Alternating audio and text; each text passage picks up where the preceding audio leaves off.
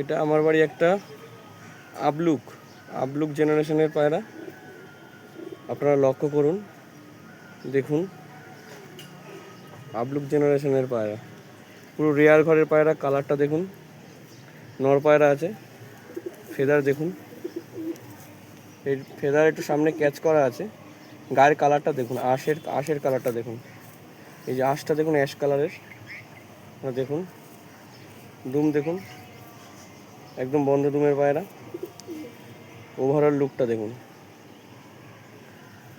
Overall লুকটা দেখুন। আইসটা দেখিয়ে দিয়েছি, আইস তো পুরো কালাঙ্কা, যেটা কালাঙ্কা চোখের পায়রা। টিপ ঠোঁট আছে, পাটা শক করুন, পায়ের কালারটা দেখুন,